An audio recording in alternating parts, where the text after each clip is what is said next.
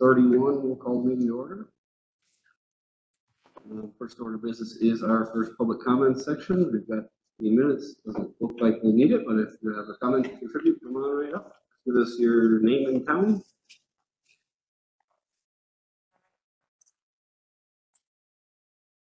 There's a little slider on the back. Slide it up. Can you hear me? Got it. Okay. Stacy Messina. I live in Pembroke. I have a child in right here in PA and a child in Three Rivers.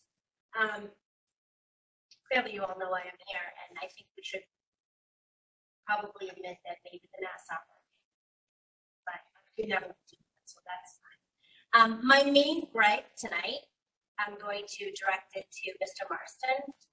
My daughter went into school today at 10 degrees instead of the other children. Came out chilled to the bone because the majority of teachers are leaving the windows open. If these teachers have had vaccines, they're wearing masks, doing all the correct things that everybody's telling everybody to do, why are we leaving? I mean, we're not sending our kids to school for punishment, okay? But now it seems like it is. They're masked. What do they have to wear? Coats and hats. Actually, my daughter had a sweatshirt on, and she was told to take her hood off. It's not appropriate. She was freezing. She had a sweatshirt on. She had leggings on, boots, and then like a t-shirt under the sweatshirt. So are we supposed to be dressing them in snow gear? Because it's not appropriate on a day when I'm dropping off the children and it's 10 degrees.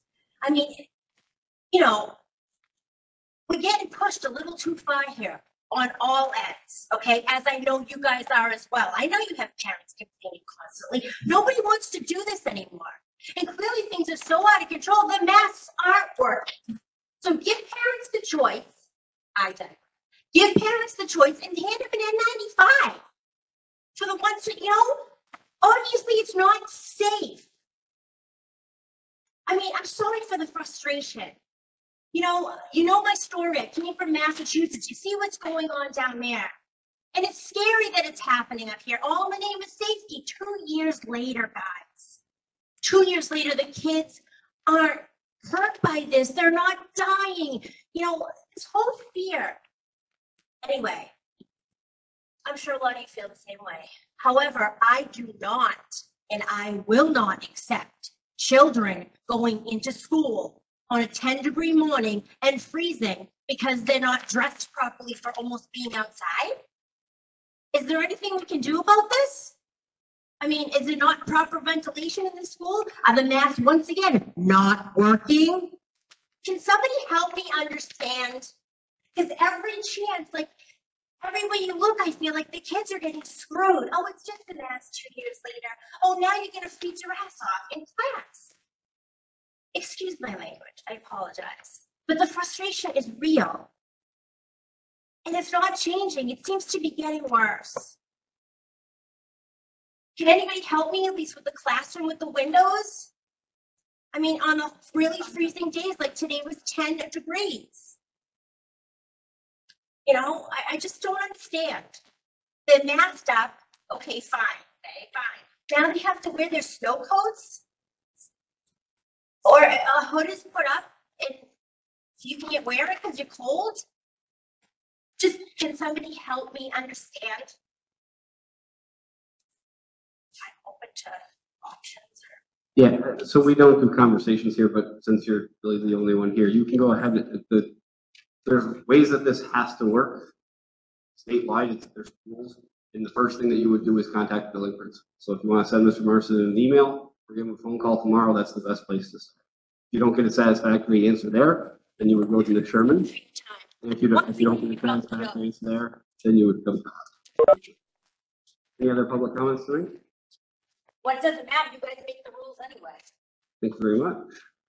We'll move on to item number 3, which is the agenda review. Any additions? Yes, I do.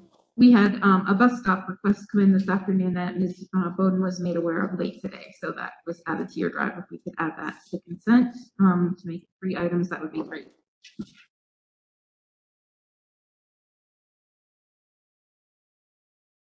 Okay.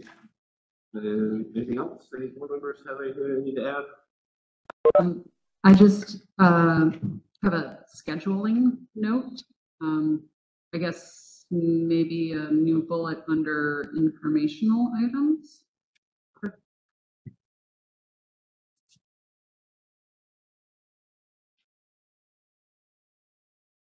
All right.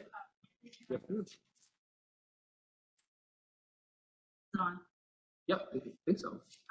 Can we add, address the situation about the windows being open during the classroom? So if every classroom has it open, can we add it to one of the items?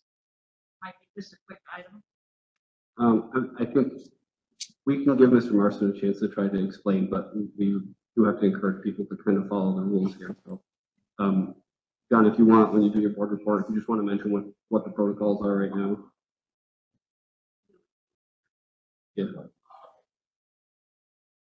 It's important that we'll take the right steps. And the first step is to talk to Mr. Marston. Anything else for tonight? Okay. Then we will commence with minutes. I can't remember who all is here for all of these, but we're all here tonight, so we should be able to take care of all of them, I think. Does anybody have corrections so that we need to take these one at a time, or are we okay with doing them as a group? Well, I guess we can't because it's going to be different votes for each of them anyway. So, is anybody ready to take action on the minutes of November 16th?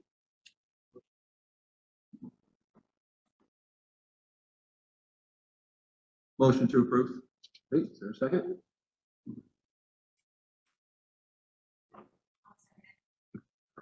Okay, any corrections, concerns, disagreements? Okay, all in favor of approving the November 16 minutes as written, say aye. Aye. Aye. Let's see a minute.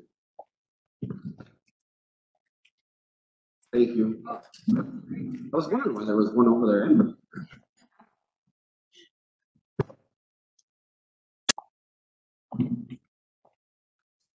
be able to. Yeah, it was Melanie, Jean, me, and Ian, yes. Any opposed or abstention? Amy abstains. Thank you. Motion carries.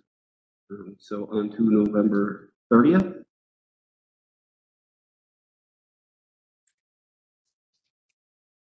I'll make a motion to approve. I'll second it. Okay, any discussion? Conversation? Okay.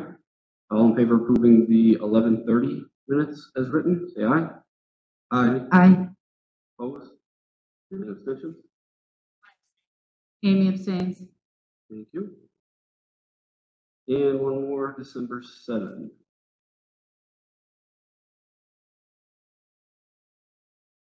I'll make a motion to approve the minutes.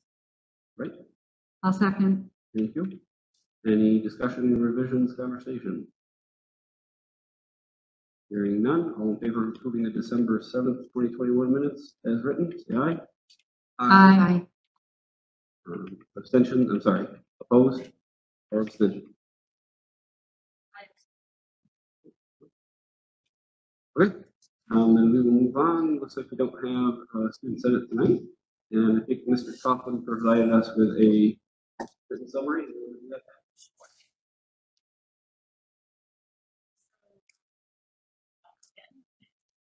Mr. Coughlin asked me to read his statement for tonight. I did put it in the drive, but just so that everyone can hear it. The planned power outage at Hill went on without a hitch. Eversource supplied us with a generator to power our boilers, our heating pumps, refrigerators, and freezers, and they were very easy to work with. The IT department was a tremendous help powering down and then powering up the internet infrastructure within EHS. Over the holiday break, we had 2 days worth of dead tree work completed at Three Rivers. Trees were dropped and removed where access allowed, which afforded some of our neighbors' properties as well as our hiking trails.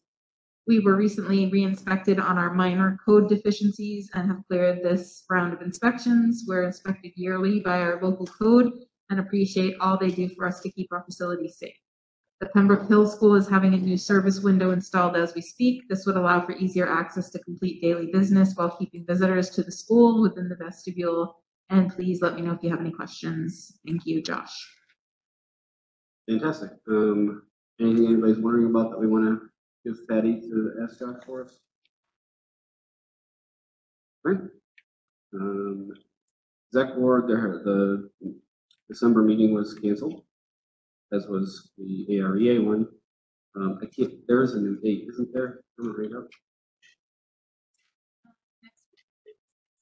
It's next week. It's coming up. I'll have to look at that. So budget committee. So we presented with Amber and Patty just before the break. 16th, I think it was.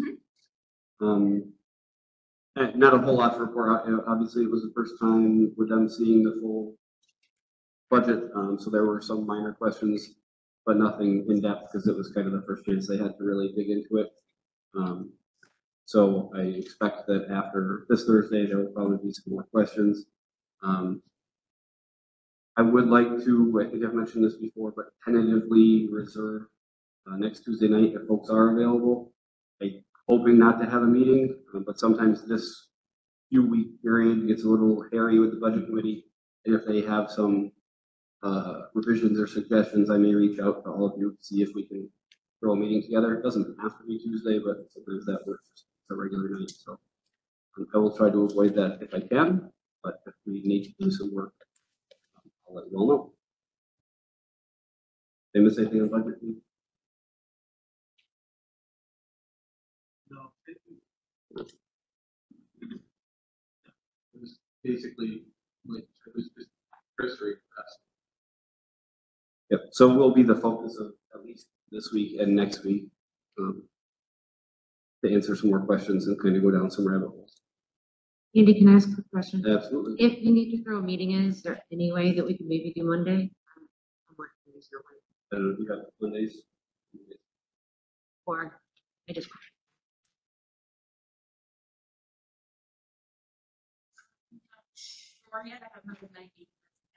Okay. Well, let's wait. Now worry about till Thursday. Okay. If we need a meeting, then I'll reach out and we'll figure something out. Yeah, just reach out to me. The, were we looking for the AREA meeting date? And Yeah, it's the 12th. I just wanted to put that date out there.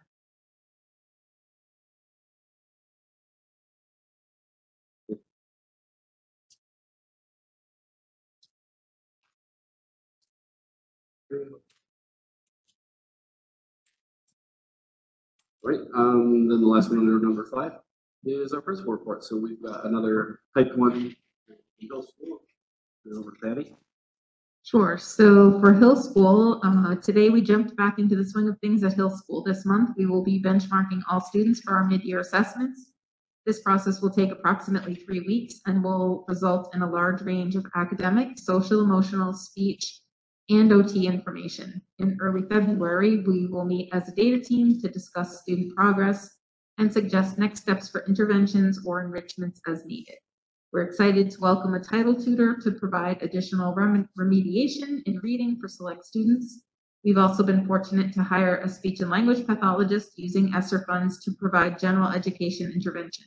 This is an area of need we've seen in direct response to the pandemic that will greatly impact student academics and progress. Our focus this year is on student growth and helping to address learning loss or gaps. I could not be more proud of the hard work and dedication of the staff and students. Please let me know if you have any questions. Fantastic. Then I'll go to Dr. Morris. I did. Well, sorry, I didn't realize you guys were sharing the mic. I would have made go first. All right, good evening. So obviously started today. Our COVID numbers right now are in the mid-20s. I will say that people have been really good about calling when their students are symptomatic. So we didn't have a lot of potential exposures today because those students that were symptomatic stayed home, parents called in, so that was very helpful. We are in the midpoint of our winter sports season. The NHIAA changed the duration of the winter sports season last year, and it's more condensed, same number of games. Our teams are doing really well. In fact, our boys basketball team is facing off right now against Conval, and they are the only 2 undefeated teams in there. So, doing very well. And lastly, semester one ends on Friday the 21st. That's a significant time here at PA because it's obviously when grade reports go out, but it's also when many of our elective classes, our semester one classes change for semester two. So looking forward to that. It's kind of a stressful time of year for staff and students, and we'll do our best to support them. Great. Thank you. Any questions for Dr. Lawrence? Okay. Ms. Morris, we'll start with the TRS. Three Rivers, we're also doing benchmarking again. This will give us our third data point, which will start giving us a trend line, which is really important for us to see. We are beginning to see, well, we're getting enough information to really be able to tackle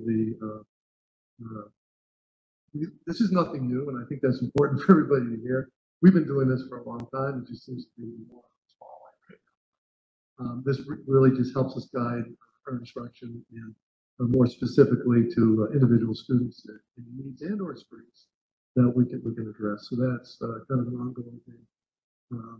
Our basketball teams are also doing very well. I'm not sure we're halfway through, but we're close. I think our girls are completely undefeated still, and our boys have lost like one game. So they're all doing well. And games have been pretty smooth, and it's been exciting to have everybody there and seeing the kids out on the court. I will address the window situation if I can. I do walk around the building daily. I did walk through that particular grade level, and I did not notice any windows open. That does not mean that some were not. Although I will tell you, I walked in the back of the room where the windows are. There's also a fail-safe in our school that if the temperature drops quickly with a window open, alarm will go off on Josh's phone, and Josh will come down immediately because it's happening. So if there is something that goes below the set point in that room, there is an alert that goes off pretty immediately. Josh is very responsive. That doesn't mean the window wasn't cracked, but when I walked through this afternoon, and I did not notice a dramatic change in temperature in any of the rooms. I usually would be. That doesn't mean it wasn't open somewhere. I'm not sure, but I certainly looking into it tomorrow. But like I said, if the window's open, sometimes something will happen in the classroom, like the science room. The temperature drops. Josh will be on my doorstep. What's going on? So it happens pretty quick. If there's a drop in temperature. Good to know. Thank you. Any questions for John? Andy, can I just add, let's see here. Page 7 on the State of New Hampshire School and Child Care Toolkit for Coronavirus Disease 2019, COVID-19. This is the toolkit that came out last fall. Talks about increasing ventilation in the buildings, and then hyperlinks to 2 CDC sources. In those CDC sources, they talk about opening windows in buildings, even just a crack. Now, of course, we don't want to create classrooms that are 10 degrees, but even just a crack of that fresh air comports with the recommendations that the state is giving to our schools. So in the event that there was a window open that didn't trigger the alarm thermostat setup, that would be right in line with the guidance from the state.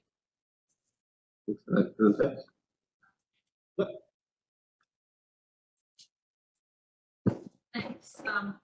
I know we couldn't open school because we had to make sure that all the rooms were ventilated properly, and we weren't able to use the option of just opening the windows because it wasn't safe enough. But now we have all the ventilation done. Opening the windows, I recall, I don't know, I could look at the notes and find out what meeting it was. It was recall that if we open the windows, it reverses the effect of the event system. So that's why I just wasn't sure why the windows would even, I'm not saying they were or not. So, you know, Mr. Marston was saying that it goes through the building, but I would say that we shouldn't even allow these windows to be open because now the ventilation system is not working correctly. That's just what I recall from hearing. Yeah, our ventilation system at Three Rivers is actually kind of interesting. Once it gets to be, gets to temperature, there's a tendency to have fresh air come in automatically. That's what it's supposed to do. And when it's 10 degrees out, that air coming in is going to feel cool. It's not getting heated. It's fresh air exchange. And so there are times I've gone into rooms, staff have complained that it's cold, and I go in, everything shut up. It shut up. It's just the fresh air. It usually happens mid-morning to early afternoon where the building gets to temp, and that tells the system fresh air is needed and fresh air comes in. And that is cold air. And on really cold days, that is definitely, you will feel a cold breeze in the room, but there's no window. So just in that situation, it could have been just that pressure. Correct. System we needed to install. We have always had them installed at Three Rivers. That's always been, you know, we've been very fortunate to have that system, and every room has it in their building. That does not mean that a window did not get open, but that's typically what happened. My office is notoriously cold, and it's just because, you know, sometimes it's fresh air coming in. Yep. Anything else? Okay, then we shall move on. So we have 3 under consent. 2 of those items are staff requests, so I was assuming that you'd want to talk about those in non-public, and then any motions that are made would be after that. Yep. And then the 3rd item that came in today, a family moved, I'm assuming over break, and called Ms. Bowden today, and there was no bus stop near their house, and they asked her if she could please add a stop. So she quickly put this together, did make sure that the student was taken home close to the house or at the house, and is recommending that we add the stop because there's no other stop close by. And it's at 417 Pembroke. Okay, anybody have questions about that? My typical response is if the bus coordinator, if the family wants it and the bus coordinator agrees it's good, I'm all for it. Yeah, I'll move to approve. Great. I'll second. Right, any discussion? Okay, all in favor of approving the bus stop, request say aye. Aye. Opposed or abstentions? Cool, we'll take the other 2 up in non-public. So that brings us to gifts and donations where we actually have one. Dr. Morris has something for us. Christmas present? I thought that Josh was going to be here for this. It's really his, but I'm more than happy to take credit for it. He received a phone call from an alumnus who was also part of the baseball team many, many years ago, who wanted to generously donate a significant sum of money to be used for the baseball program. And I don't have that figure in front of me. I have the email, Dan, if that's helpful. Yeah. Do you want me to just read it? Yeah, please. Sorry, I knew it was PA. I didn't realize Yeah. it was Josh. So it says, Mr. Neil Bryant is a former Pembroke resident who is an alumnus of Pembroke Academy, class of 58. He currently lives out on the West Coast, but often thinks of his fond memories of PA and specifically with his time within the PA baseball program. He has donated $25,000 for us to put toward the program in hopes of upgrading the facility. We will work with him to honor his request. Josh was over the moon. All right. Yeah. Is there a motion to accept? Motion to accept. I'll second it. Right, any discussion or questions? Just a discussion. When we have donations, do we send a thank you? Always. Always, thank you. I assume, yes. Anything else? Right, all in favor of accepting the donation? Yeah. Aye. Opposed or abstentions? Cool, that was a nice one.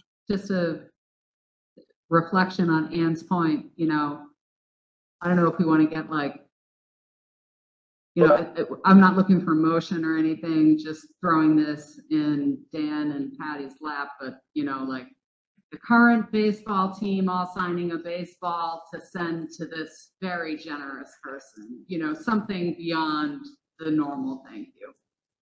That's a great idea, thank you. Okay, now we'll move on to agenda item number 8, immediate business. Items to meet. So letter A is the budget, and probably most of what we need to talk about tonight, since it's not feedback from budget committee yet, is the warrant article. So I will turn it over to Patty. I think everybody has a copy.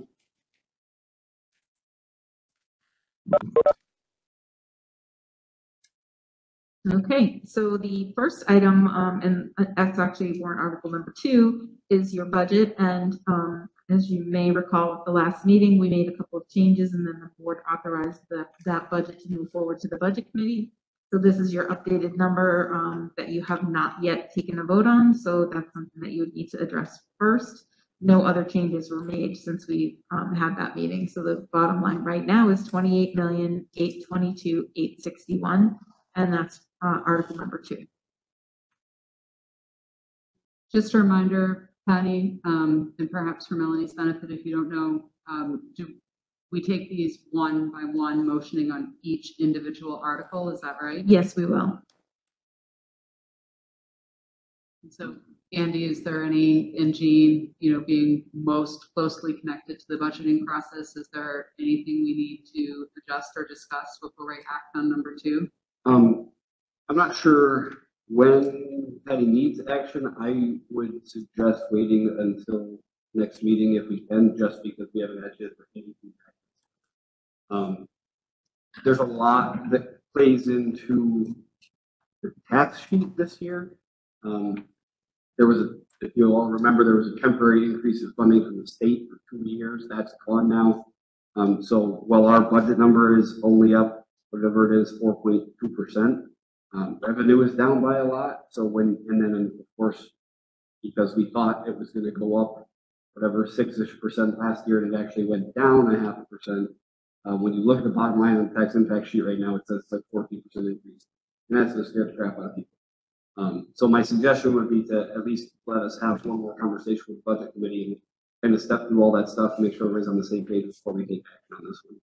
So you would typically take action because you're turning your budget over to the budget committee, and we sort of delayed that just because we didn't have the number that evening. Okay. But you absolutely can come back and still make revisions. So this doesn't have to be final, but it sort of signals to them that yes, this is the budget number that we sent forward to you. Okay, that's fine then, as long as we still have the ability to change it. Yep, you absolutely do.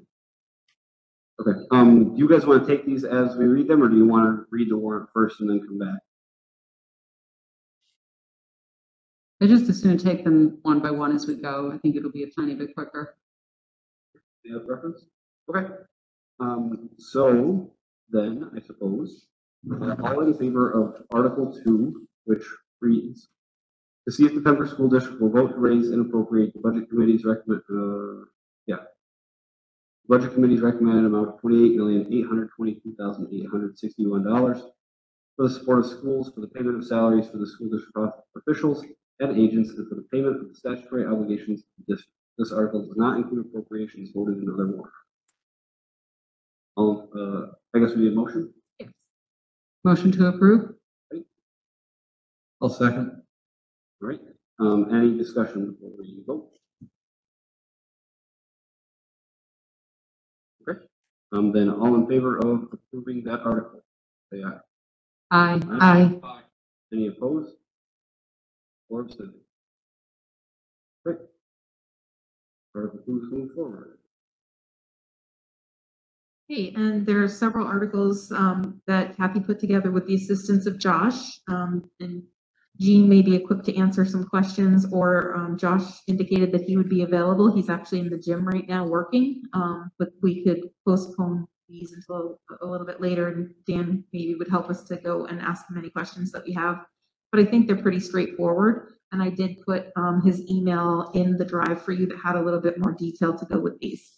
So number 3, the first request would be to see if the Pembroke School District will vote to raise and appropriate the sum of $30,000 for the purpose of floor replacement and exterior painting district-wide to be added to the school building capital reserve fund. And before we start that discussion, I would just point out that number 4, so you're actually putting money into the fund in number 3 and you're actually pulling that out in number 4 because you are not agents to expend on that trust fund. So we would need permission from the voters for both putting money in and then withdrawing it to be used. We also, I would point out, numbers 3 and 4 are the same fund as number 5. We had done this, I think Josh did it 2 years ago, where we separated out because the $30,000 is really important to get that done and keep that up.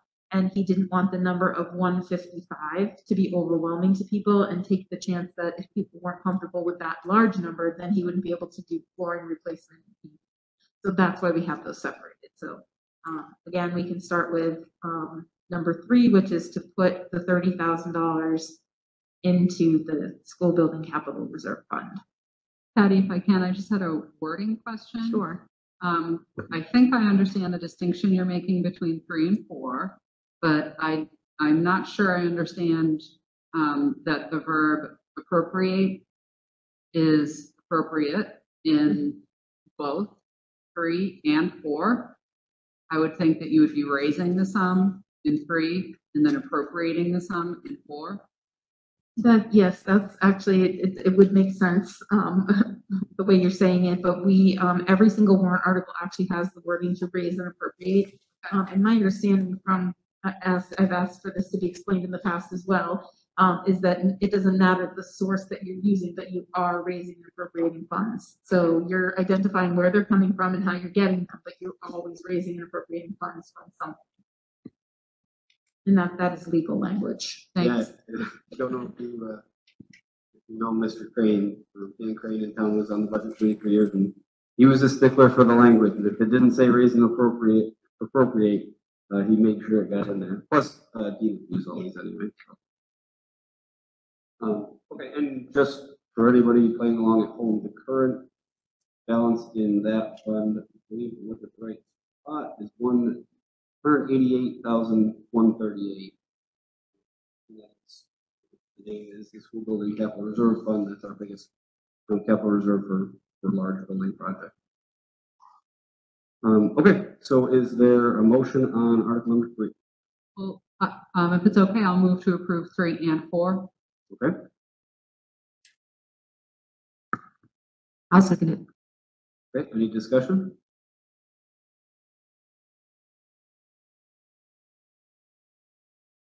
Okay, seeing none, then all in favor of approving Articles 3 and 4, which read, to see if the Pembroke School District will vote to raise or appropriate the sum of $30,000 for the purpose of floor replacement and exterior painting district-wide, be added to the school building capital reserve fund previously established for these purposes. And number 4, to see if the Pembroke School District will vote to appropriate the sum of $30,000 for the purpose of floor replacement and exterior painting district-wide, with said funds to come from the school building capital reserve fund previously established for these purposes. All in favor? Aye. Aye. And opposed? And abstention. Great. Thank you.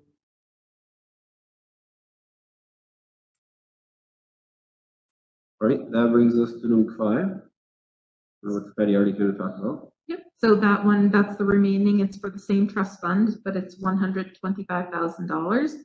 And it does say continuing work because this, obviously this amount of money does not take care of all of those things, but it continues to work on the capital improvement plan to set aside funds for things such as the ADA upgrades, the gas-fired heating units, boilers, hot water heaters, dishwashers, makeup air systems, fire life, and to certify and extend fume hoods, and the fund previously established for these purposes. The discretion that you have and the decision that you need to make as it stands right now, this is to raise and appropriate $125,000. So you typically would have the conversation, do we want to know if the taxpayers want to raise and appropriate the funds for this, and this does have a tax impact, or do we want to only fund this from an unassigned balance at the end of this year if we have money left? So we have a draft here, but that's one decision that you would need to make it, as well as whether or not you're going to support the request. Right. You happen to remember, I know that we had a pretty large warrant article last year, and I can't remember if it made it to the final warrant. I was taking a lot of warrant articles off because everything was to be streamlined. Yeah, that was some of Josh's concern, is that we have been taking things off, and he's getting further clients. So this is, some of this is makeup for that in a way. And then the other thing that I would just wanted to point out, from my point of view, and watching Gina and the CIP and stuff, part of the reason that 3 and 5 are separated also is NBC kind of likes to know as specifically as possible what some of these funds are used for. And while 5 gives a lot of examples, obviously, there's other stuff in there. And 3, the flooring and the placement is always weird, right? You can't say ahead of time necessarily, especially this many months ahead of time, what floor tiles might start to come up or what items might need to be painted. So it's written a little bit vague, but we just need to have that money available so that if paint starts peeling or floor comes up, we have the funds there available to it. So that's kind of a little bit of a difference, at least from my point of view. So we want a motion on this? I had a question about, I know, well, at least I think I know, at the end of the last academic year, when we had a surplus, we did fund some facilities upgrades. And I thought I remembered some of these types of upgrades being funded. Am I? So you'll fund this for the same items repeatedly, because Josh it may take 10 years, for instance. 4,000 of this may be for one of these items, and he's not going to do anything with that item for 4 years when it reaches $16,000, for instance. Those are just made up numbers, but that's how these are used. Okay, I just want to make sure that that's the explanation,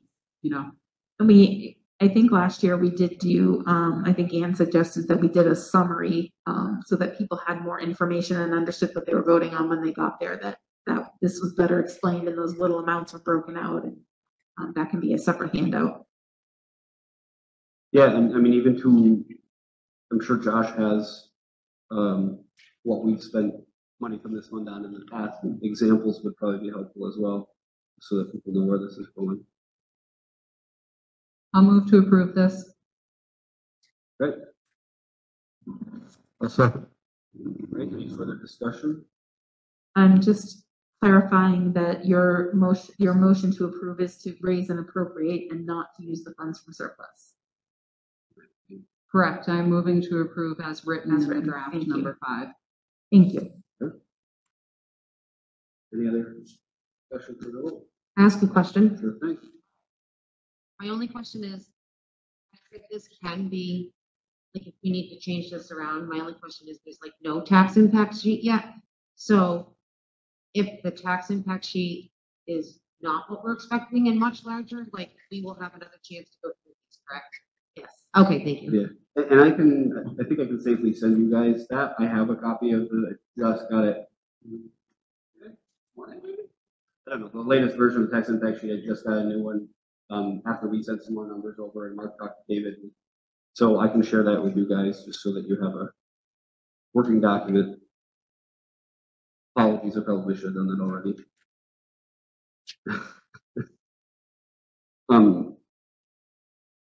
Yeah, anything else? Okay, so we have a motion and a second to approve as written. All in favor of approving article number 5, which reads to see if the Pembroke School District will vote, raise and appropriate the sum of $125,000 to add to the school building capital reserve fund for the purpose of continuing work on the capital investment projects, ADA upgrades at Pembroke Academy, gas fired heating units, boilers, hot water heaters, dishwashers, makeup air systems, fire life, and to certify and extend fume hoods previously established for these purposes. All in favor? Aye. Any opposed? Or abstained? Okay. Number 6. Okay, number 6 is to fund the vehicle expendable trust fund that was created last year with $19,000. And in the summary explanation will be that $15,000 for this is to replace our van. So that would be half of the money we would need. And then $4,000 of that would be for the pickup truck. So we've got the truck, and now he will set aside $4,000 repeatedly as long as these warrants pass, so that when we get to the time that we need to replace the truck, we will have the funds. So he's asking for this year for $19,000.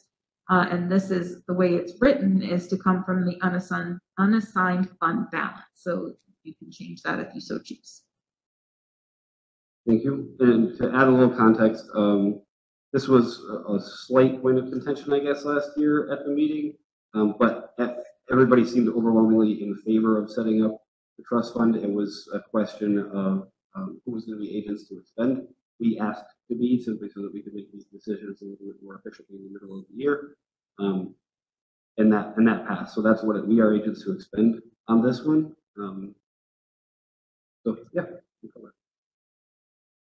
Is there a motion or discussion about number 6? Motion to approve? Okay. Is there a second? I'll second. Okay. Any discussion? Okay. And then motion is to approve number 6, warrant article number 6, see if the Pembroke School District will vote to raise and appropriate the sum of up to $19,000 to be added to the vehicle expendable trust fund previously established. This sum to come from the June 30, 2022 unassigned fund balance available for transfer on July 1, 2022. No amount to be raised from taxation. All in favor? Aye. Opposed? Aye. Thank you. And abstentions. Okay. Make sure this isn't. All right, number 7. Okay. Number 7 is to raise and appropriate $25,000 for the site improvement expendable trust fund and is now written to take that money from the unassigned fund balance, which would mean there would be no amount to be raised from new taxation. And I think that's paving, if I remember correctly. Yes, that was for paving. Okay. And the balance on that one is 65,000 and change. So yeah, it's for paving project coming up. Exactly. All right, questions or motion?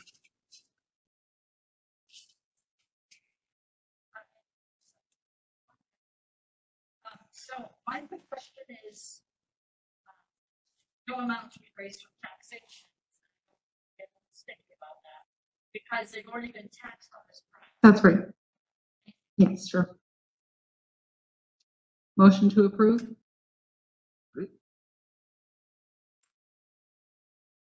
Okay, any further discussion? Okay, then the vote is to see if we will approve article number 7, to see if the Pembroke School District will vote raise and appropriate the sum of up to $25,000 to be added to the site improvement expendable trust fund previously established for the purpose of paving district-wide. This sum to come from the June 30th, 2022 unassigned fund balance available for transfer on July 1, 2022. No amount to be raised from taxation. Sorry. All in favor? Aye. Opposed? And abstentions. Thank you.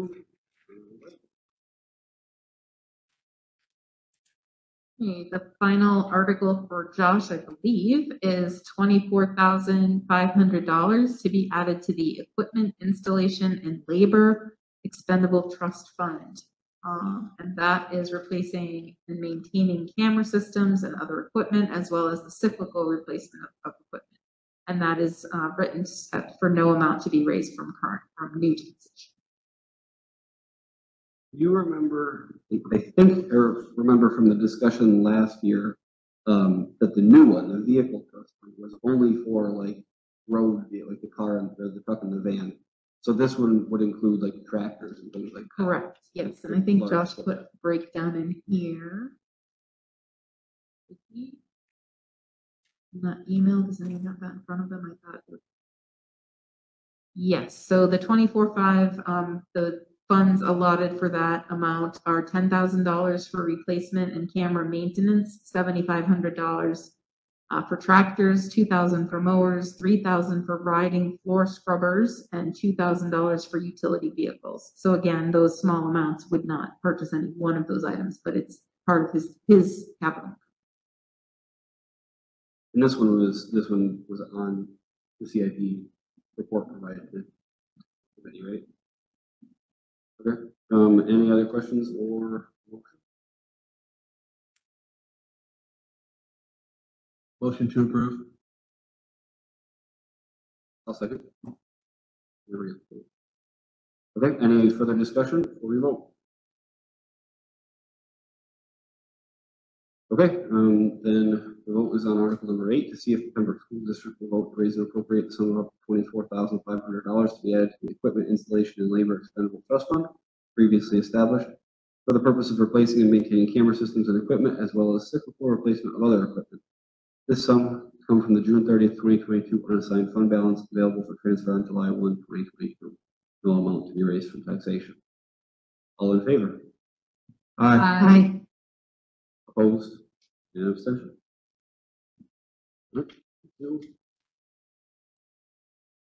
Just if I could say, we could go back to the vehicle trust fund, that also was.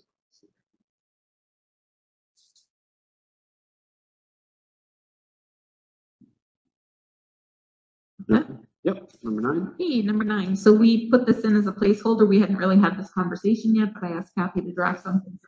So we would remember to talk about this. We did put our replacement technology in the budget. However, you do still have a technology expendable trust fund in existence. And because we have so much technology right now and multiple servers, we had originally set that up for when there was, if and when there's a catastrophic fail, because one server is in excess of $20,000. So you just need to have a conversation about whether or not you'd like to add some additional funds to that trust fund. You certainly don't have to, but it is, that was the intention when it was created. Do you have the balances there, Andy, or do you want me to look it up? I've got the balances. The technology one is $50,078.07. I'm trying to find the lines because I know that there's some WAPs and some other large items. I think we pulled those out to put into ESSER, if I remember correctly. Some of them. And the replacement cycle we left in the budget. Collectively.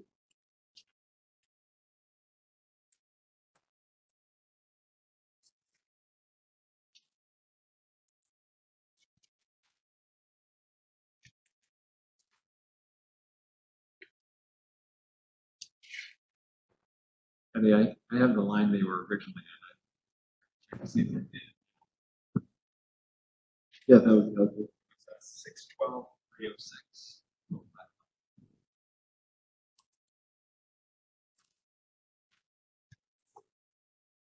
Right, 1100,612 was infrastructure. And yes, it was designated to come from the ESSER grant. Okay. Gotcha. Okay, thank you. Still, my paper copy is last week's. 3 weeks. All right, so what do people think on this? What? I'm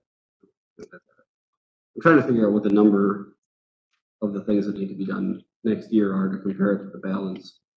Just to answer your question, Andy, anytime we can sock away a little bit of, prudential capital planning to prepare for what always will happen, which is the technology will fail at an unexpected and bad time.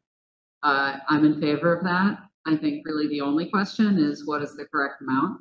Right. I'm trying to see the what those lines were going to be when they were in, just to compare to we're spending. If there's 60 in there, and we were planning on spending 30 anyway, then I feel like we have to put a little bit bigger chunk in. If what we're planning on spending is only 15% of what's in there, then maybe not so much. I don't think we designated any of the cuts to come out of the trust. It seemed, if I'm recalling correctly, to remember that the board didn't want to rely on the trust for that. That's great. I don't know if people have thoughts. I mean, I'm right there with Amy. I think it's always good. I think, Jerry with CIP tends to think the same way, that putting a little bit away is better than having big fluctuations. I don't know if I feel good about trying to come up with a number right now. I wonder what the best way to do that is.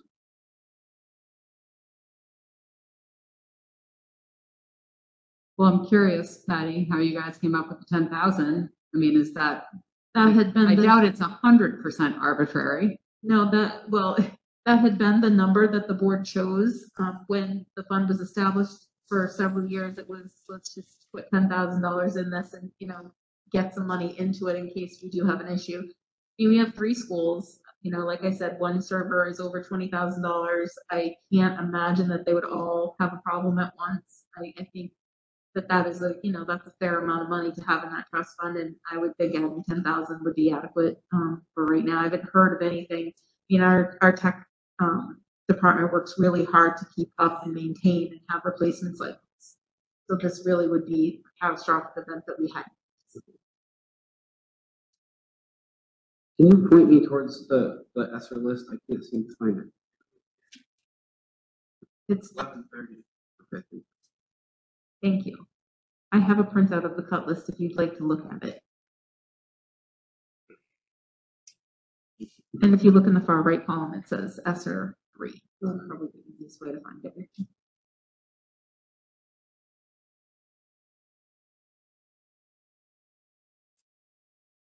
So, and Dan, you said those were, that line was 612? Yeah. So there's 2,400 at Hill. Almost 18,000 at PA. That's the one. It was the NAS backup. That's what I was thinking of. So 20K.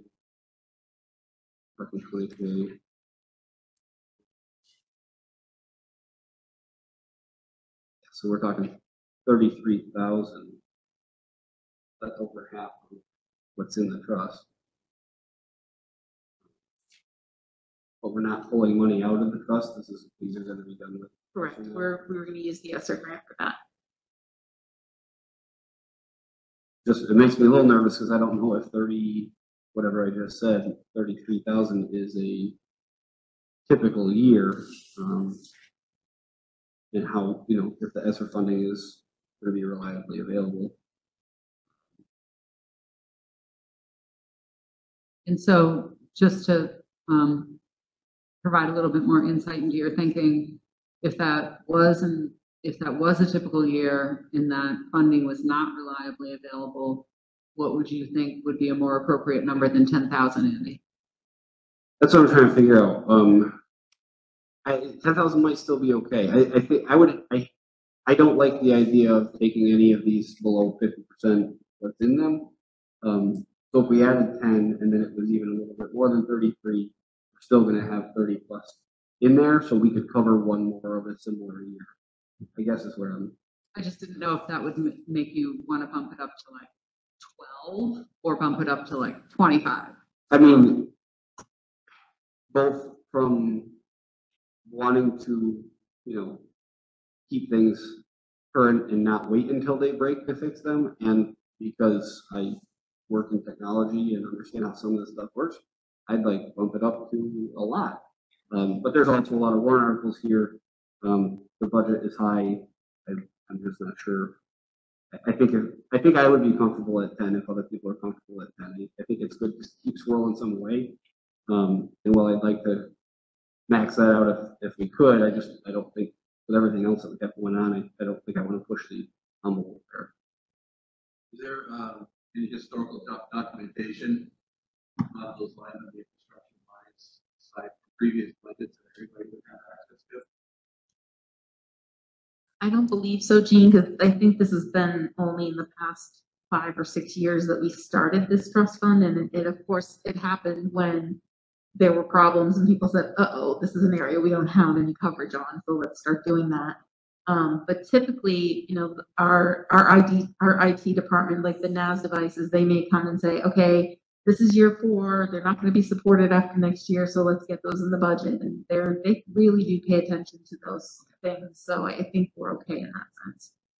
Yeah, and so reading between the lines for history, so the reserve fund balance and transfer sheet that we have only goes back to 17, 18. But pretty easy, in my opinion, to see what happened here. if we look at this fund, there was 10,000 put in that year and none used. The balance then was $40,008.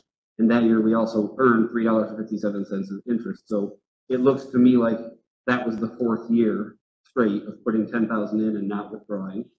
So then in 1819 we didn't put any in and we didn't withdraw. In 1920 we put 10 in and didn't use any.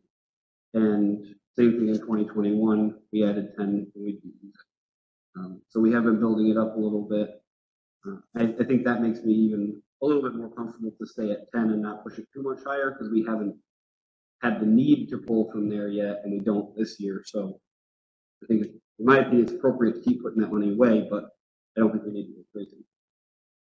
I'll move to approve, number 9 as written. I'll second. And that's, okay, discussion, sorry, I had jumped on my head. Want to make sure, okay, that was from unassigned fund balance. Okay, cool. Any other discussion on number 9 then?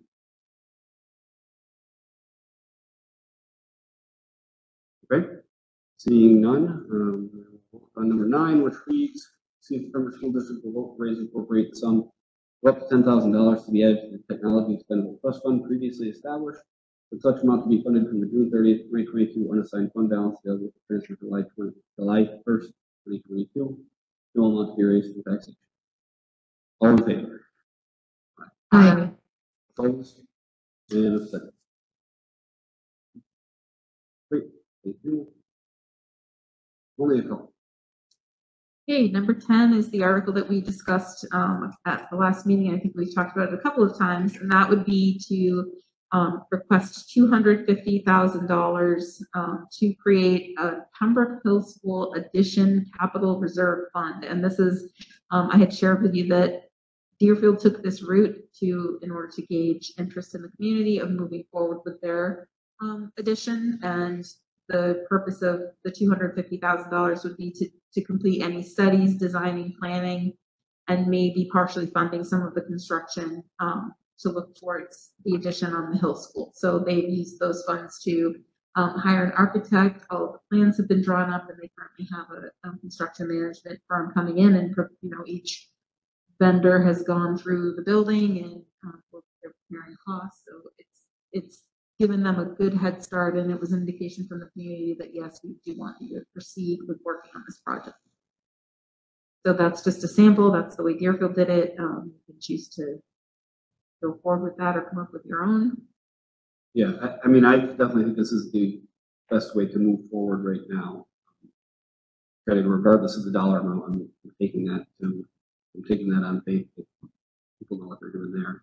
But having this article and having a decent amount of money from the town, like Patty said, it just shows that this is the direction that they want to go, and I think that's what we need to know sooner rather than later.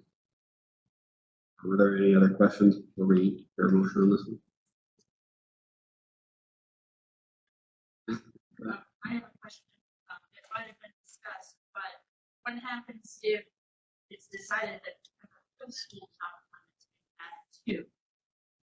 And this is what the trust fund are setting up. That's correct. The name of it would be Pembroke Hill School Addition. So that would be the only thing you could use it for. So Right. if for some reason the committee changed its recommendation or something changed, you would have to dissolve the trust fund if it was established. You couldn't change it. Could we rename it? No. Well, I'm not sure. I'd have to check on that, Ian. I'm sorry. Oh, no, that's okay. I think typically it's, you would change the trust, you would dissolve the trust, and then you could say and put the money into a new trust called. We would check with Dean on that, but you could make it work either way. You could either just discontinue it and stop, or you could discontinue it and put it into something else, named something differently from Yeah, that. you probably have to have. But you'd have to go back, You have to have one to make a new trust with a Right. dollar in it or something. and you'd have to go back And the then following year to do that. dissolve this one. That's it. It's good for an adult. Other questions on number 10? I just wanted to make sure I was understanding this correctly. So, if this passes, then this money is not available and nothing essentially nothing really meaningful and further happens with the Hill School renovation until July 1. Correct. You would just start the RFP process and getting ready, but firms would understand that you would not be able to choose anyone or start any work, sign a contract until after the funds were available. Which we can't really do.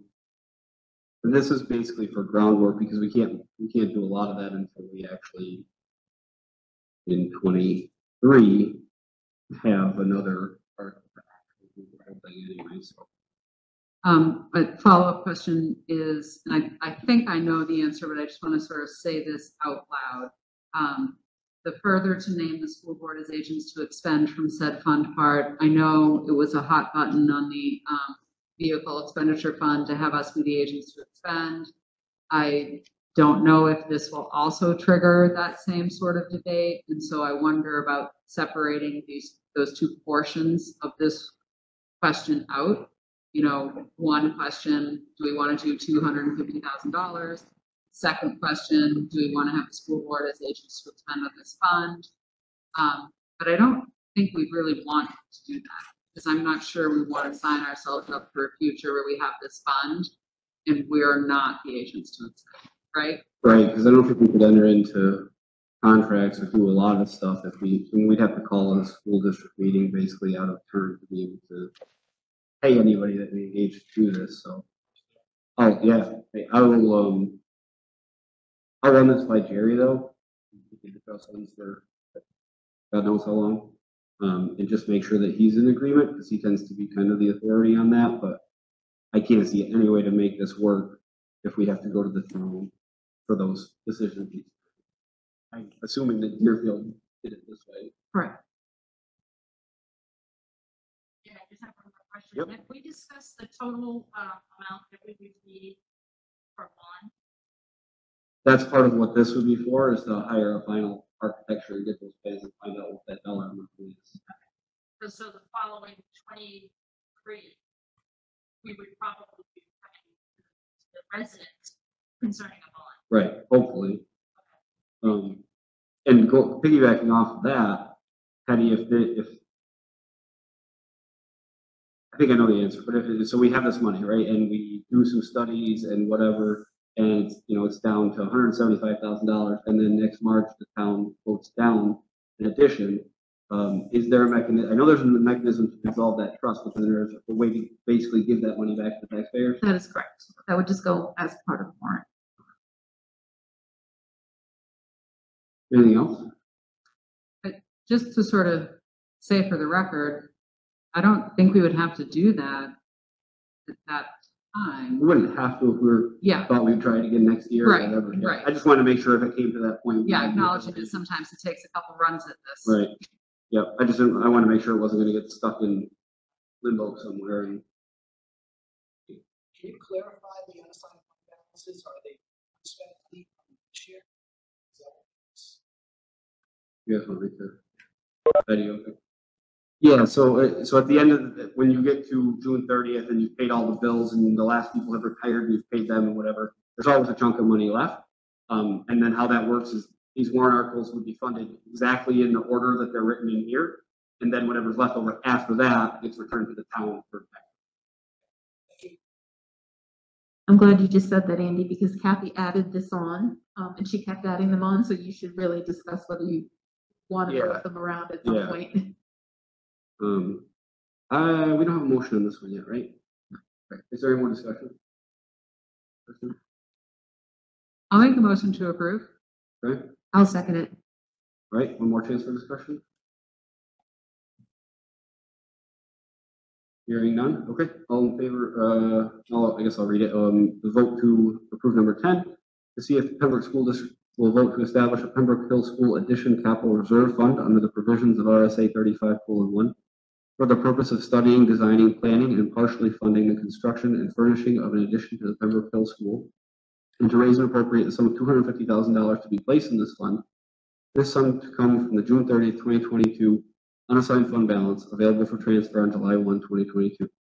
Further, to name the school board as agents to expend from the said fund. Majority vote required.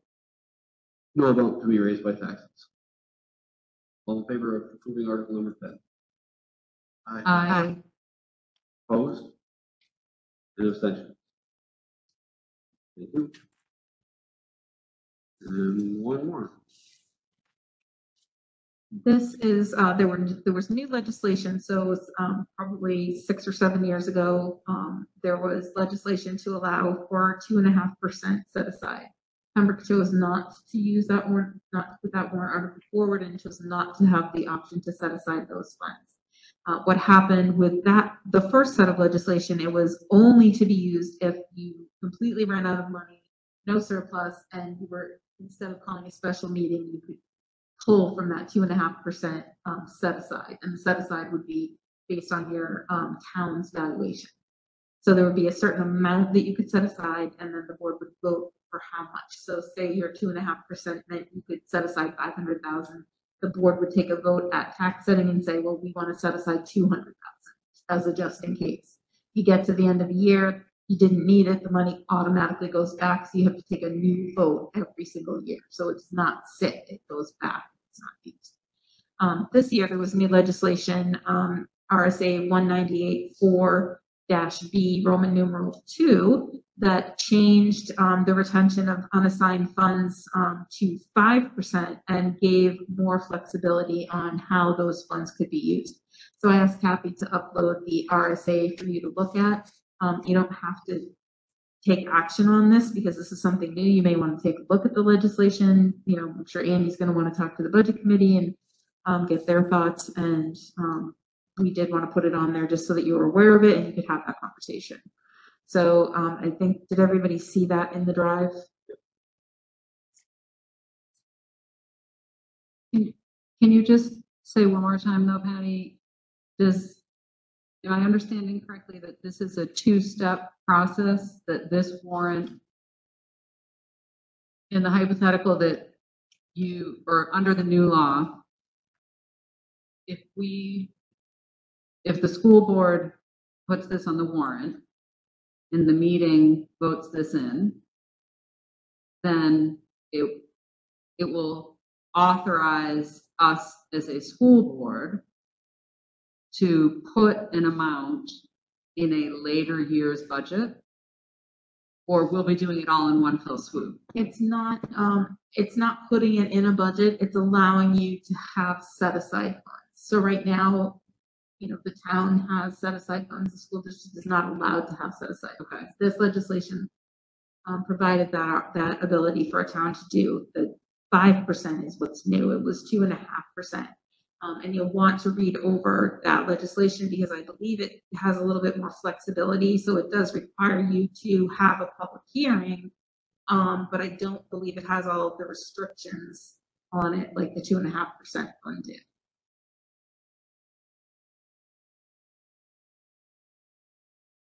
So it's authorizing the district to retain any unused portion of the year-end unassigned general funds from the preceding fiscal year. So just like when you get to the end, you have the unassigned fund balance, provided that the total amount of year-end does not exceed in any fiscal year 5% of the net assessment, so the valuation of the town. But I guess what I'm asking is, we cannot do that unless we put a warrant on at the annual meeting and the district meeting authorizes us to do that. Yes, and then just when we get to that year end point and we see we have a surplus, we can say, okay, now we have the district meeting authorization as one of the many different things we can do with the surplus money is we can put in 5% or less in our set aside. correct. And the way that this is written, that the district or the town would vote to authorize you to do that, and it would be indefinite until rescinded. So you would only ask for this once, and then you'd be able to do it each subsequent. So let's say we approve this warrant article, it passes for 5%. So every single year, if we meet, let's say that 5%, the property assessment, that money just keeps improving. No, it goes back every year. Yeah, It goes back. Mhm. Okay. you have to That's vote the part that I every was stuck on. fall. It's not it doesn't build like a trust fund, so if you voted before tax rate setting, when Amber said, okay, this is your final end balance, so say it was $800,000, you vote at that time to set aside, say, $200,000, so 600 goes to offset the tax rate, 200 gets set aside. You get to the end of the year, if you didn't touch that, it has to automatically go back into that surplus amount, and you have to re-vote So. to set more aside, or set more. 600,000 lags a year. Correct. But we could sort of either at the same meeting or like a month later, say, oh, look, we have a surplus again. Let's vote to put to set aside $200,000 for the next year. You Yep, so know, it's and a then rolling. we can set aside a different $200,000 Correct. each year. That's right. Or, you know, in the seventh year, we can say like, all right, we've been setting aside $200,000 for 6 years. Let's drop it down to 100,000 because it seems like we've never had to use it, or whatever, you know, the history has taught us. And be sure to look at Roman numeral 1, which is to meet the cost of unanticipated expenses. So it's not just we're going to set aside an extra $200,000 and use it for, how we choose. And you do have to have a public hearing. Right, but something like this would have helped in 2017 when there was the unexpected revenue shortfall. If we had a buffer account or a set aside fund, it's possible we could have gotten through that. We'd ask the taxpayers for additional funds. That plan is just using just once, like from year to year. There's no rollover. So if I'm understanding this correctly, Correct. we would say, okay, this year we're going to set aside $200,000 just in case anything bad happens. If nothing bad happens, then at the end of the year, that goes back for tax relief, and then we could say, hey, next year we're going to also set aside $200,000, but it's not an additional. It's the first $200,000 goes back. We voted a new $200,000. Yeah, without take it to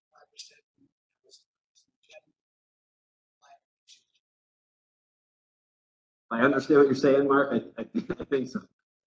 But if you want to write it down, this is 198:4/B. If you want to, just in case you want to read, I think it's in the packet too. It will be in the packet. I don't know that Kathy got it up posted today, but it will be, all of it will be part of the package. Okay. Yes. Yep, it's 198:4-B. Yep. Okay. Absolutely. Yes, we will have a public hearing, but the public can't vote on it. Right. Those So are we're public just there to input. inform them this is what we're going to do. Yeah, or I mean, I guess if we're doing our job right, we should take input from them. So it wouldn't be a vote, but it would be getting the public's opinion. And the final, are we ready to, or no, you're not going to take a vote on this one right now, right? I was just gonna ask. I would like a little bit of time to chew on this one. You guys are.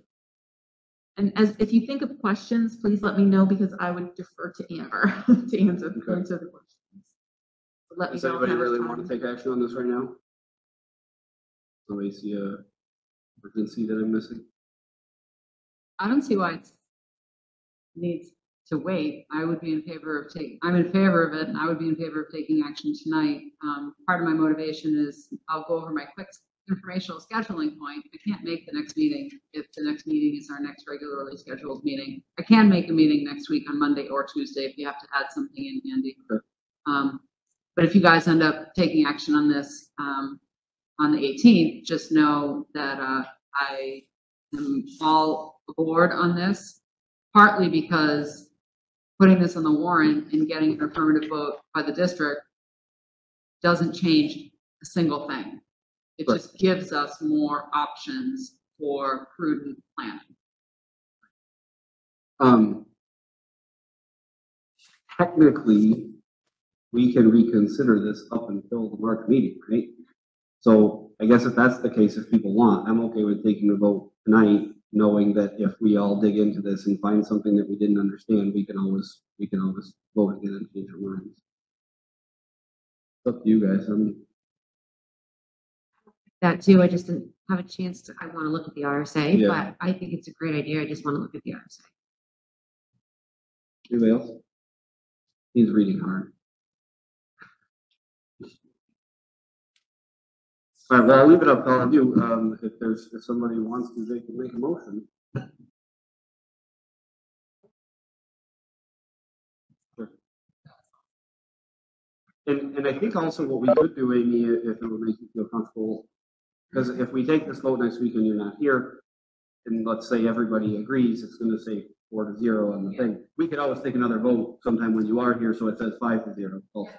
I'm good. I'm good with you guys tackling this next time. Or you can stand up at the March meeting and say, I was the one that was missing, but I agree with it. Okay, so I guess I need something, we're gonna wait till next time? Is that it? I just would feel more comfortable, after we discuss this in the budget. Sure, okay, That is fine. yep.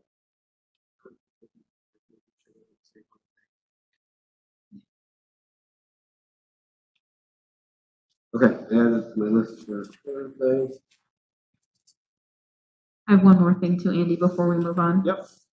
So Clint Hansen at the budget committee meeting on the 16th, mentioned that with, case closing or in the process of being closed, that Pembroke would need to have something on their warrant. And he did draft something. I'll just read it to you, but it's not ready, just so that you can hear what the language says. And we'll get it typed up. We just got it this afternoon. It says, to see if the Pembroke School District will vote to accept the recommendation of the Board of Directors of the Pace Charter School to dissolve the organization effective June 30th, 2022, with the condition that, subject to acceptance by the school board, such assets as remain after the satisfaction of the obligations of Pace shall revert to the district in accord with state law. And then it would require a 2/3 vote per the bylaws of the Pace Charter. So that would be, they're dissolved, they've paid all their bills, there's $5,000 left. This gives permission for to get that. Yep, I was aware of that. And just for conversation, please don't quote me on this, but I think that a rough figure that was thrown out at that moment in middle of December, when they thought they had a purchase agreement, that we may realize $100,000 or more when that's all settled, but that will remain to be seen. But every little bit helps. Thank you for that. Okay, is there any other questions or concerns on the warrant before we move on? Yep. Second to the last line, with a question mark. All the other ones. I'll click on that. Yeah, I'm pretty sure it should be a period. If I can extend that, there's differing fonts and differing font Yeah. sizes and differing bolding. Yeah, I I don't assumed mind. the whole thing was gonna be proof. Kathy likes to draw our attention to make sure you talk about the amount, make sure you get the votes. There's all these little notes and highlights. Okay, so that's on the warrant. I guess I will open it up to see if anybody has any questions on the budget itself. Again, we haven't really heard anything from NBC, which was to be expected. But is there anything that anybody wants to ask or clarify? No. I guess, I'll just say, I understand that, these past, just talking to a friend today, the Happy New Year conversation, and we were like, woo, can't be much worse than last year. And then we were like, haha, how many years in a row can we say that? And so I understand that, it's been a rough couple of years, and that has had an impact on budgeting. But I really would like us to stick with the budgeted amount that we voted on tonight as closely as possible as the budgeting process continues. And I'm just saying that because I know I'm not going to be here at the meeting on the 18th. We might be working more as this board if you need to convene a meeting, Andy, next week, and I'm happy to, contribute and comment more at that time. But if you're working on this as a board, without me, which is totally fine, because it's my own problem that I can't make the meeting on the 18th. I just wanted to share those thoughts. I think that our buildings, our staff, and our students are worth the investment of that amount. Any other comments on the budget or questions? I did not go through, yet to see what the changes were since the last time.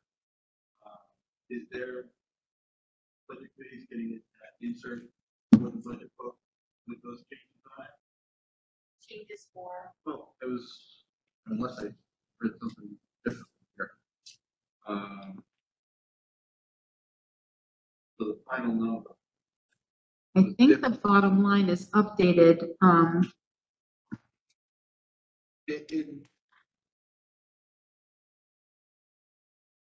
So, yeah. So I got 28,760.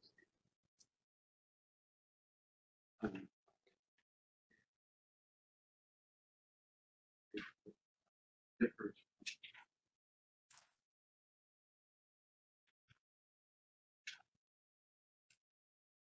well, they definitely should match. Yeah, they're a little, so the one on the warrant is 28, 822, 61. So 28, 8, and change in one, and the book is 28, 6. Right, we'll figure out what the difference was. You're right. We'll either bring the warrant article back to you, or we'll change the bottom line and get it to the MPC Thursday. Let me see what's on the one, I scrolled through this. yeah, the 28,760, so the one in the drive matches what's in the white book. Okay. So the warrant article is the one that's slightly different. Yeah, the article might be wrong. The budget might be right, but I'll check on that. Thanks for noticing that. 82.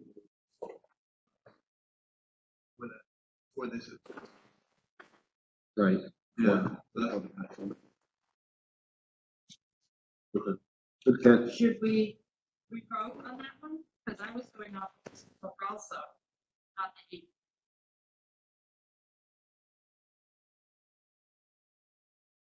I think we're gonna have to revote anyway. I think next time when we get clarification, we've got this. We'll have to take this one again.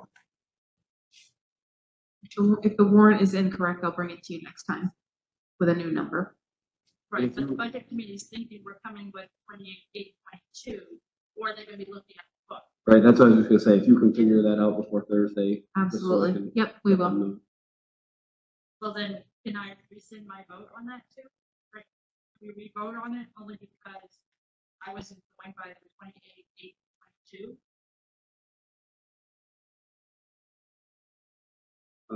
Did you vote in the affirmative?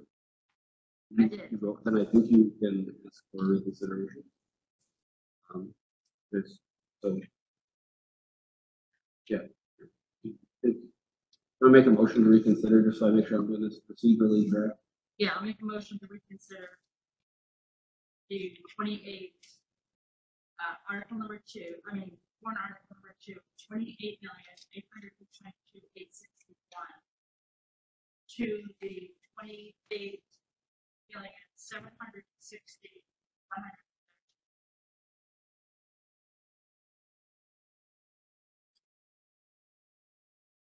So you're not saying just revote on what's on number 2, you want to change number? I didn't. You want to match the budget. Hold on, binder, is that correct? Can I make a point of order? Yep. So, respectfully, Anne, I think what you might want to do procedurally here is just make a motion to reconsider the vote on warrant article 2. End of story.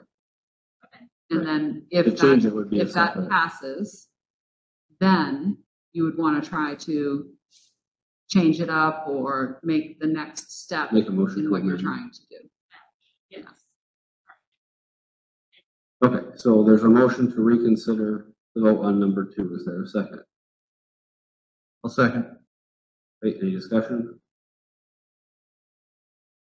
Okay, I guess I have a discussion. Is there any way, Patty, I don't want to put you on the spot here, but is there any way that you can figure out kind of in real time which number is the right number?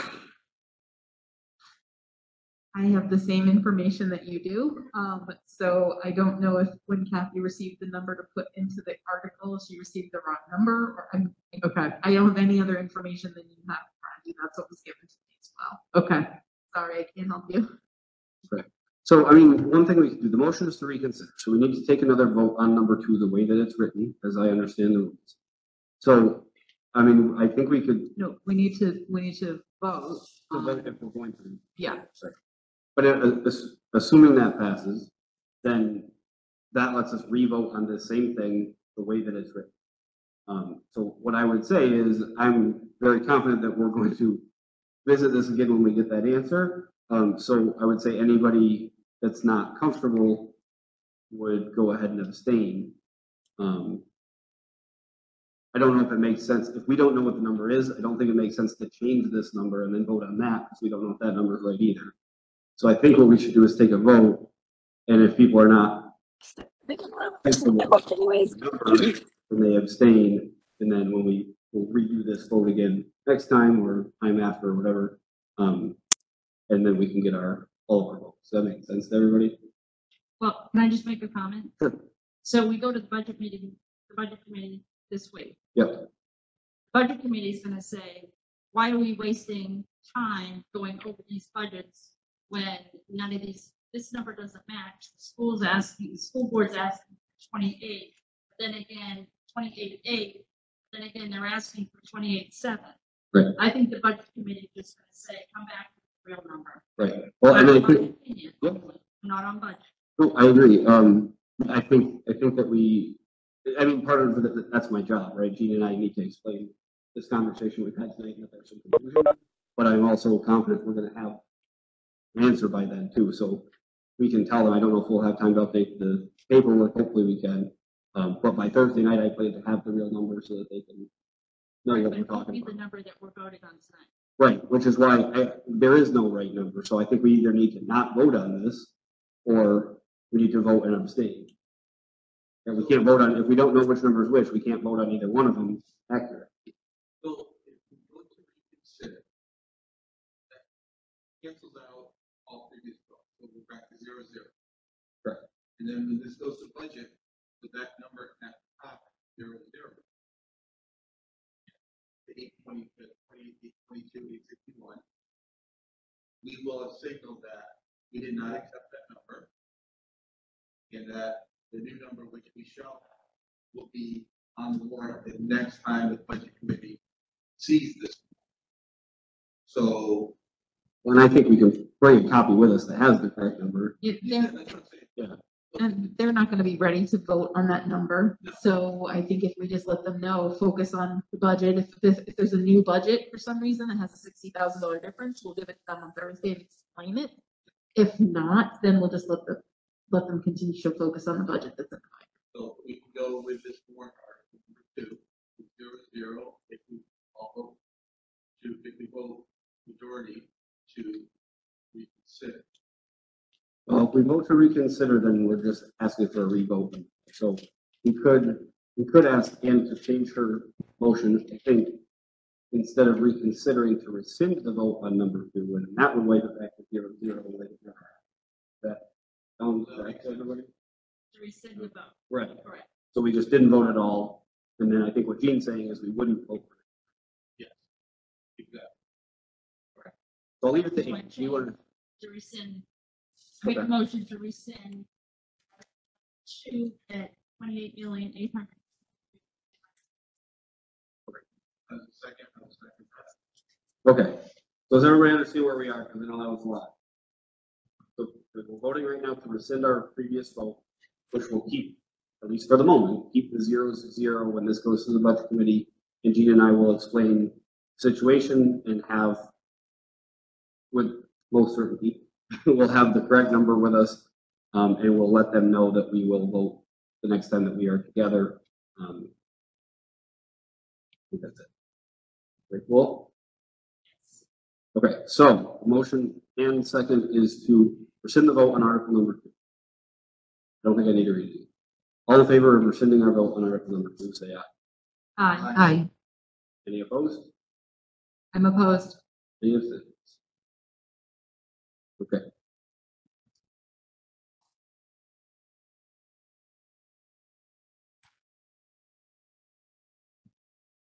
Trying to make quick notes about what just happened. That's not easy to do.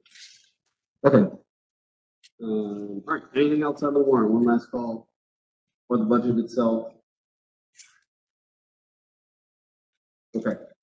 And just a note, since we're talking a little bit about budget committee, I'm pretty obligated to be there. Dean usually comes in case I slip and fall on the way in. But any of you are welcome. Join us and watch how that stuff works and follow along. It's super fun. So let me just get back to my agenda here. I know there's one more. Wait a minute.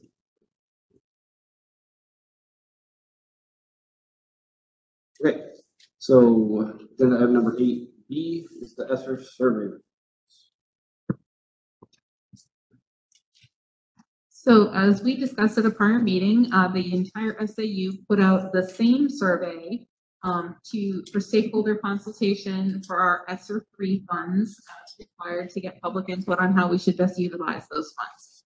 The way that we set up the survey, the results were able to be separated by district so that each district would know what their constituents had ranked as their top priorities. So I have never seen this many survey results, but for the entire SAU, we got 998 respondents, which I thought was amazing. So the SAU overview of top priorities, so all together, the top 3 items that were listed as priority number 1 were to address learning loss and gaps at 44.1%, and then behavioral, social, emotional, and mental health support at 27.3%. And then HVAC and facilities updates and upgrades at 7.1%. So that was the overall, all of us together. For Pembroke, the percentages for the top 3 items that people listed as their number 1 priority were to address learning loss and gaps at 44.4%. The behavioral, social, emotional, and mental health support at 29.4%. And then student engagement was number 3 for after school activities and pro-social events at 6%. So similar, the top 2 were similar, and the number 3 for Pembroke was a little bit different. And then there's also a listing for top 3 items that were priority 2 for people, and that was the behavioral, social, emotional, mental health support, learning loss, and mental health support for staff. That's number 3. So those were the 3 that people thought were their number 2 choices. So we tried to boil it down and make it easy to understand for people. This was posted on the website for everyone to see. And from here, we will look at our grant application and determine what items we'll be moving forward with requesting. And as soon as we have that, we will bring that to you to look at. Awesome. This was super interesting. The one thing that jumped out at me, and I'm not sure if this is something that those funds can be used for. I don't even know really what the cost associated with it is, but Gene's been beating the drum for a couple of years to do another culture climate survey that would seem to fall under the behavior, social, emotional, mental health support for students, which is a top priority for most people, it looks like. And if we can find a survey like that, that is also something we can incorporate staff into, that hits one of the bullets in number 2. So if I don't know what that price tag's like, and I don't know if these funds could do it, but if we can get something like that moving along, and have it paid for, that would be fantastic. And I think after everything that everybody's been through the last couple of years, a really good time to get a finger on the pulse of what people are feeling, mental health type stuff. Anybody else have conversations on these results?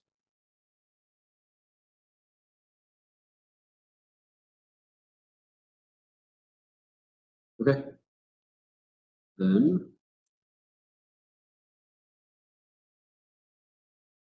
And we will move on to number 9, which is policy review.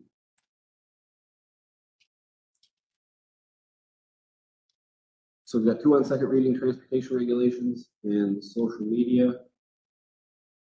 I've got some background work to do on the social media one, and I'm not prepared for that yet. Jean and Melanie, did you have to get a chance to talk about transportation? EPA-R? We did last year. Was there something that we were waiting on that one? I feel like there was.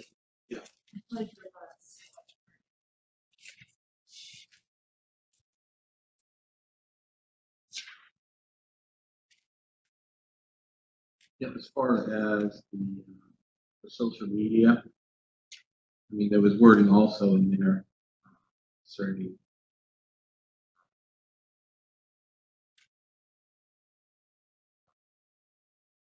I know I brought up last time around, the social media platforms would. Anyway, they were possibly, wording made it sound like they were open to comment. That needed to be addressed on that one. Because I believe, we wanted to create these platforms for informational purposes versus starting dialogues on the page. Right. And part of the reason I wanted to take a look at this was because obviously we were talking about having a Facebook account or whatever. I wonder, Patty, if it's appropriate. What I would like to do, just because this is old. I mean, it's 6 years old, but that's old in terms of technology. I know he's probably not up to speed with the legalese, but I wonder if we could ask Josh Baruti to go over this and see if he can just update the language and make it more modern, and then we could take a look at it, and then if we're all on board, then ship it off to Dean for a final. Sure, and I would also suggest, so this policy is for any school district official page. You may decide, so if you restrict this policy, it restricts everyone. You may decide that when you have your own official page, you may take a vote to shut off comments. So you may want to just think about that, because I think this is a more general policy. Right. Yeah, I think, Jane, it was in the limitation of public comments, because it kind of in the first couple sentences says that these sites are going to allow for public comment, and then 2 sentences down, it says that do not permit public comments. So I think that's the wording that we wanted to go back and fix. I think that's when we discussed it, you and I, that's what jumped out. Yeah. I'm happy to ask Josh to take a look if you'd like. If you guys are okay with that, I just 6 years, a lot of time has passed, and for somebody that's up to date on the technology in the district, would throw eyes on it and make sure that it's representative of what we're doing now, I think would be a good first step. I'm sure he would want to work with the second graders in the school, and that makes perfect sense. Cool. Because other than that, we didn't, it was just a couple contradictions, like just didn't make sense in the same paragraph. That was it. Other than that, Gene and I reviewed that one a lot. Okay, excellent. As far as the transportation, I don't recall a wording issue. I think Kathy had concerns because it referenced policies that we don't have. So I think we needed to circle back and look at that. Actually, I think that's exactly what it was, is we were looking through it and it was referencing policies that have either changed or are no longer in effect. So we didn't want to approve a policy that's going to link to something that's not there. So we have work to do on that. So. And then for public participation at board meetings, there was sentiment that we wanted to change a couple of things, specifically, that comments had to be on the topic that was on the agenda that night, because that kind of, we felt like it limited people from commenting on other things that may be relevant issues in our schools. So if you look at the highlighted copy of that one, there's a couple of italicized paragraphs to choose from. So if you haven't taken a look at that yet, I think what we're leaning towards is the second one that begins, except as otherwise provided in this policy, members of the public may offer comments on agenda items or upon any matter of public concern directly relating to the district's school policies, programs, and operations. So I still like the 15 minutes. I still like the 3 minutes per person.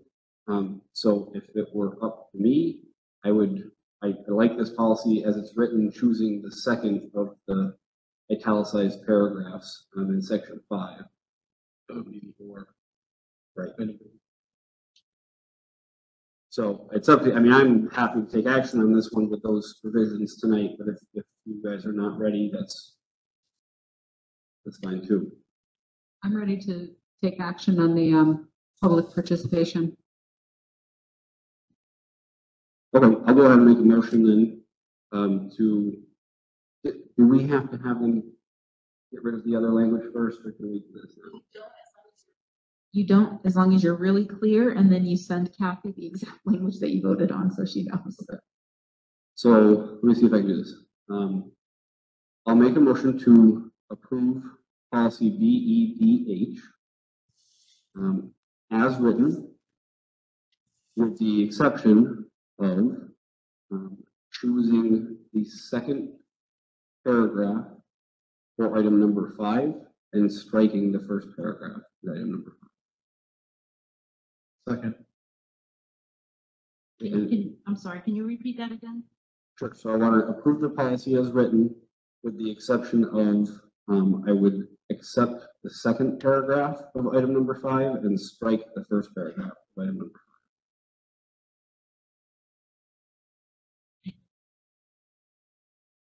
5. Andy, do you want to friendly amendment suggestion? If you look down at the bottom, it has a yellow highlight. When adopting this sample or variation of this name, a district should not include the NHSBA history or blah, blah, blah. I take that to read essentially like where that line is, and then where that yellow highlight is, that like everything below that should not be part of our policy. So if you wanted to just sort of like throw something in there to that effect. Yep. It suggests that we have the option to check to, like, it suggests that our public comment be limited to 15 minutes or a different duration of our choosing, and that each speaker be allotted 3 minutes or a different duration of our choosing. And if we just wanted to clarify that, like, we're going with the times recommended, we're not picking something different. Yeah. So I mean, I think if I'm understanding it correctly, which is fairly possible, I'm not. Those are kind of the defaults. And they have been, that's what I want them to be. I think we can still allow that in some special circumstances, we can temporarily amend that. Yeah, I'm just saying, like, mechanically, Yep, you know, we're gonna take out that blank line, we're gonna go with the 15. Yep. You know, we're gonna take out that blank line, and we're gonna go with the 3. So I'm wondering if it might be better for you to finalize the language I'll that do you'd that. like to have voted on and get that to Kathy. Yep, I will do that. So I made a motion, it was seconded, so I will make a motion now to table that motion. Second. All right, all in favor of tabling this motion until our next meeting? Say aye. Aye. Opposed? Or abstentions? I gotta be honest, Kathy asked me to send her language on this like 2 weeks ago, but I was Christmasing really hard.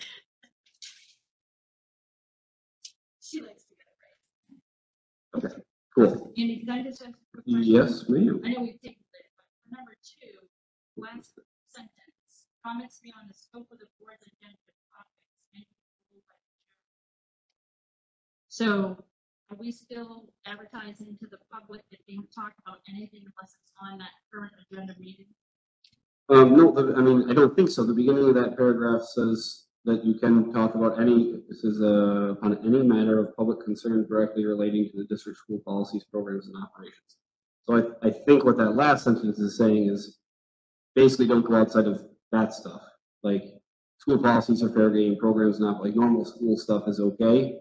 But if you come in and start talking about how you don't like the weatherman on WMUR or something, we have the right to move on. I think, does everybody agree with that assessment? I don't want to speak for everybody. Sure. Say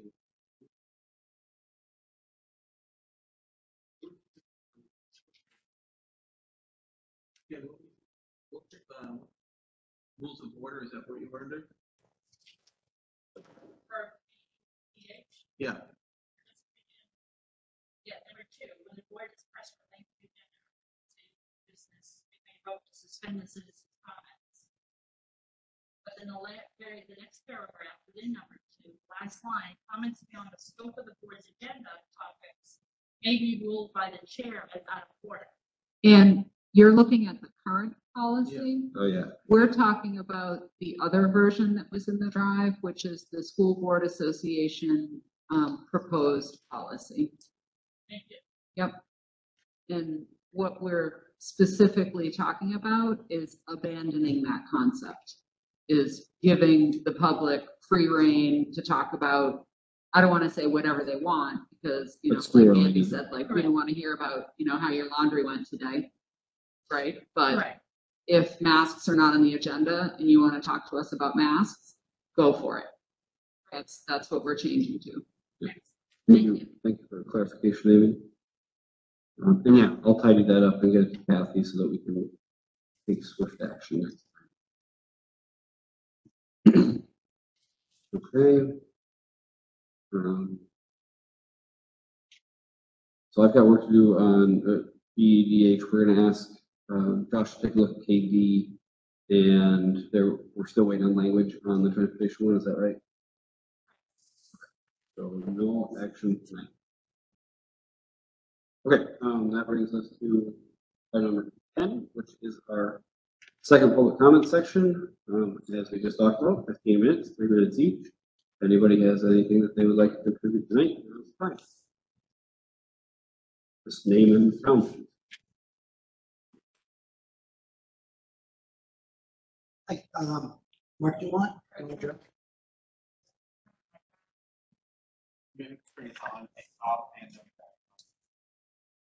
Yeah, they go to sleep.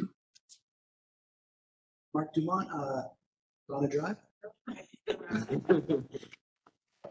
it blue? No, I can give you mine if you want.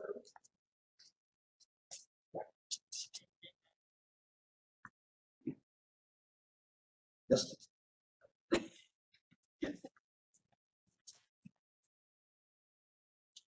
Thanks, Dan.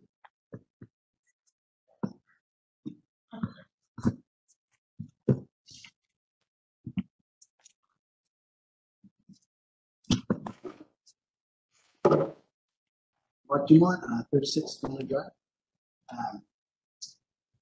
What are the dates to file for candidacy for school district office? And what are the positions that are up for election? I was hoping you guys could talk a little bit about that tonight.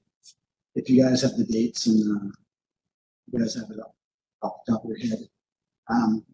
The other thing I'd like to discuss tonight is I'd just like to bring up the COVID numbers in the schools comparing Allenstown to Pembroke again, because we know they don't have the mask mandate, and we do. Allenstown Elementary School has 2 active cases. Armin DuPont, the middle school in Allenstown, has 5 active cases. And then Pembroke Hill School, 13 active cases. Three Rivers School, 11 active cases. So just want to touch upon again, they don't have a mask mandate. They seem to be doing just as good, if not better than us. And I wanted to suggest to the school board, maybe you guys could ask the Allenstown school board members if you guys can, have a little tour around there, see what they're doing different besides the mask mandate. And you guys might pick up something that makes the schools a little safer. You guys might also come to the realization that the masks, especially the cloth and the surgical masks, they're not doing anything. We all know about the new Omicron virus. Some people are talking about being more mild, other people more afraid because it's more transmissible. I've heard of some experts coming out and saying that it's 50 times more transmissible. They believe it's more mild, but they say because of how transmissible it is, that those masks aren't doing anything. So thank you for your time. Thanks, Mark. I'll leave it to you.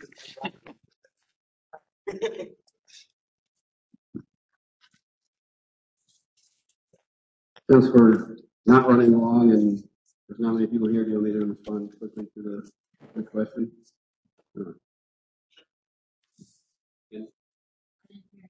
you want me to answer the question about the elections? Yes. I don't know the dates off the top of my head, Mark. They're usually posted here and I think on town. It is, I think it's usually January. There's like a week period at the January-ish usually. And this year it is my seat and this Camelo's seat that are up. Is that it for I couldn't say for sure. You'd have to, it all gets posted on the town website though. I just keep checking there. I'm sure there's select board stuff and all that too, but I don't know. Okay, so, hey, what's the letter? Is it B? Or- Oh, yeah, sorry, we can do that first. Right, I'm sorry. I updated your matrix for today. The first page is for county and Pembroke data. There's still, because of the level of transmission, that would indicate universal mask use. On page 2, that current information that the CDC uses for that matrix to make that determination would be that Merrimack County is still in a substantial level of transmission. The town of Pembroke has 36 active cases. Hill School, at the time that I typed this, had 11. I think they're up to 14 now. Three Rivers had 4, and Pembroke Academy had 21. The percentage of your population fully vaccinated is 53.9. And then looking at the AREA districts by town, Allenstown has 26, Chichester has 14, and Epsom has 14. So those were the numbers at the time that I looked at the map, and those do change frequently. Thank you very much. Any questions on that? Can I just jump into my informational thing? Just as long as there's not any questions for Patty on the numbers. Okay. Yeah, go right ahead. It was just that I mostly cannot make next week's meeting. I have a work obligation that starts at 6, but I might be able to jump in remotely at anytime between the middle towards the last quarter of the meeting, and I will if I can. So if it's okay, Andy, if you could just maybe have a heads up, or if it's easier if I do Jean, if I just shoot you a text like I'm going to join remotely now. And if we have a quorum in person, if you guys would, vote to allow me to attend what portion of the meeting I can remotely, that would be great. And Patty, I think my phone number and will be able to, recognize that it's me trying to get in just in case I happen to be joining in a non-public session. So I just wanted to sort of lay out those logistics that I will try to join as soon as I can. Might not be able to join at all, but I will if I can. Okay. Appreciate the heads up. Okay, so now we'll go to number 12, and I think it's C, right? Yes. Okay, so the board has me go into non-public session under New Hampshire RSA 91-843. Going over 2, small letter C, which is matters which, if discussed in public, would likely affect adversely the reputation of any person other than a member of the board. On a roll call vote to enter non-public at 8:25. Melody. Yes. I'm sorry, say it again. Yes.